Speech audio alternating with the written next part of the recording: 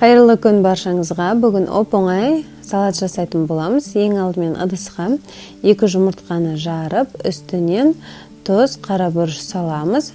Сосын жақсылап араластырып аламыз. Араластырып болғаннан соң табаны қыздырып, үстінен кішкене май құйып, екіге бөліп, осылай пісіріп аламыз. Енді піскеннен соң осылай ораймыз. Сосын жіңішке етіп, ұзыншалап, туралап шығамыз. Одан соң шұжықты алып, дәл солай ұзыншалап тураймыз.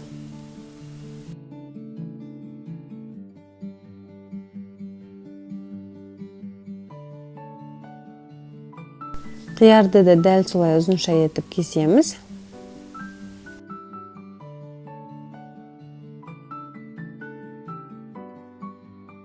Үстінен шамамен 2 ас қасықтай майонезді салып, чеснокты қосамыз, сосын жақсылап араластырамыз.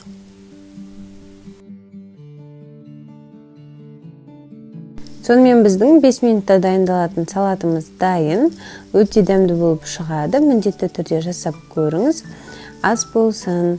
Видео рецепт ұнаса, каналыма тіркеліп, лайк басып, подписка жасауды ұмытпаңыз.